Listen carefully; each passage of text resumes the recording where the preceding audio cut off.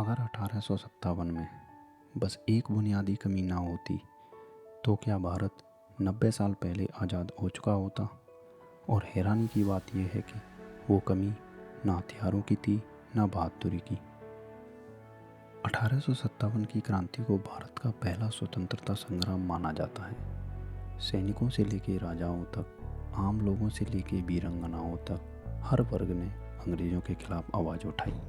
रानी लक्ष्मीबाई, नाना साहब और मंगल पांडे, ये नाम आज भी इतिहास में अमर हैं। लेकिन सवाल आज भी वही है, इतनी बड़ी क्रांति, इतनी बहादुरी के बावजूद 1857 सफल क्यों नहीं हो पाई। आज हम इसके 7 सबसे बड़े कारण समझेंगे, बिल्कुल आसान भाषा में। और आखिरी कारण पूरी क्रांति की कमज़ोर नींव को साफ दिखा देगा। कारण नंबर 1, राष्ट्रीय नेतृत्व का अभाव। दिल्ली, झांसी, कानपुर और लखनऊ कई केंद्र थे, लेकिन इन्हें जोड़ने वाला कोई एक केंद्रीय नेतृत्व नहीं था। दिल्ली में बहादुर शाह जफर प्रतीकात्मक रूप से केंद्र में थे, लेकिन पूरे विद्रोह को दिशा देने वाली कोई साझा रणनीति या कमान मौजूद नहीं थी। न कोई साझा योजना बनी और न ही कोई एक कमांड। यानी लड़ने का जज्बा तो था, पर यह साफ नहीं था कि लड़ाई को आगे कैसे बढ़ाया जाए। कारण नंबर 2, सीमित क्षेत्रीय विस्तार। 1857 की क्रांति पूरे भारत में नहीं फैल पाई। कुछ अपवादों को छोड़ दें तो ये विद्रोह मुख्यतः उत्तर और मध्य भारत तक सीमित रहा। दक्षिण भारत, बंगाल, बॉम्बे और मद्रास जैसे बड़े क्षेत्र इस विद्रोह से लगभग अलग ही रहे और यहीं पर पूरी क्रांति कमज़ोर पड़ गई, क्योंकि ये लड़ाई पूरे देश की बन ही नहीं पाई। कारण नंबर 3, आधुनिक हथियारों की कमी।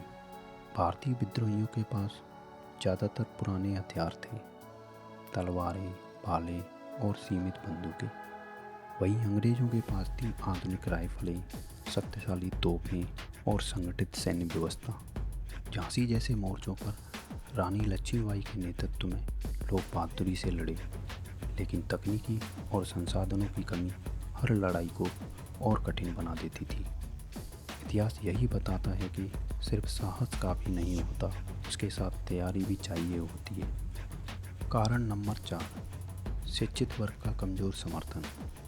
उस समय का शिक्षित वर्ग इस क्रांति से पूरी तरह नहीं जुड़ पाया।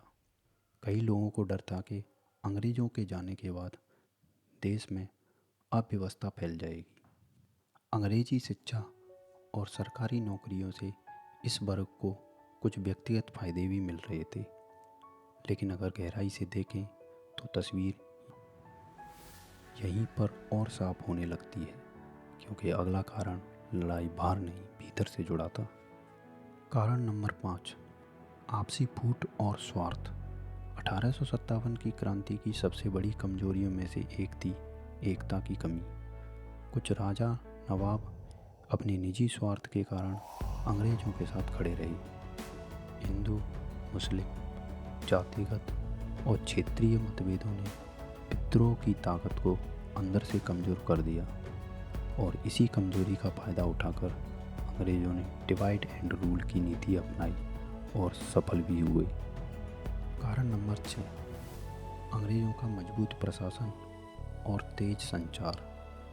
रेल, टेलीग्राफ और डाक व्यवस्था के जरिए अंग्रेज़ों को हर विद्रोह की खबर तुरंत मिल जाती थी। एक जगह बगावत होते ही दूसरी जगह से सेना भेज दी जाती थी। भारतीय पक्ष के पास ऐसा कोई आधुनिक नेटवर्क नहीं था और यही असंतुलन भारी पड़ा। और सबसे निर्णायक कारण था भावनात्मक लेकिन असंगठित विद्रोह। 1857 की क्रांति गहरे गुस्से और अपमान की भावना से फूटी, लेकिन ये ज़्यादातर भावनात्मक थी, संगठित नहीं। ना लंबी तैयारी थी, ना आर्थिक योजना और ना ही कोई अंतर्राष्ट्रीय समर्थन। बिना लंबी तैयारी के शुरू हुआ कोई भी आंदोलन, चाहे कितना ही बड़ा क्यों ना हो, टिक पाना उसके लिए मुश्किल हो जाता है। यही 1857 की सबसे बड़ी त्रासदी थी, क्योंकि क्रांति तो थी लेकिन उसे जीत तक पहुंचाने की तैयारी नहीं थी। 1857 की क्रांति अपने लक्ष्य में भले असफल रही, लेकिन ये व्यर्थ नहीं थी। इसने भारतीयों को ये एहसास दिलाया कि अंग्रेज अजेय नहीं हैं। यही चेतना आगे चलकर संगठित राष्ट्रीय आंदोलन में बदली और अंततः 1947 की आज़ादी का आधार बनी। 1857 भले ही जीत नहीं थी, लेकिन इसने लोगों के मन से अंग्रेज़ों का डर जरूर निकाल दिया। अब आप बताइए, आपके हिसाब से 1857 की सबसे बड़ी कमजोरी कौन सी थी? कमेंट में अपनी राय ज़रूर लिखिए। अगली वीडियो में हम जानेंगे, अगर 1857 की क्रांति सफल होती तो भारत आज कैसा होता।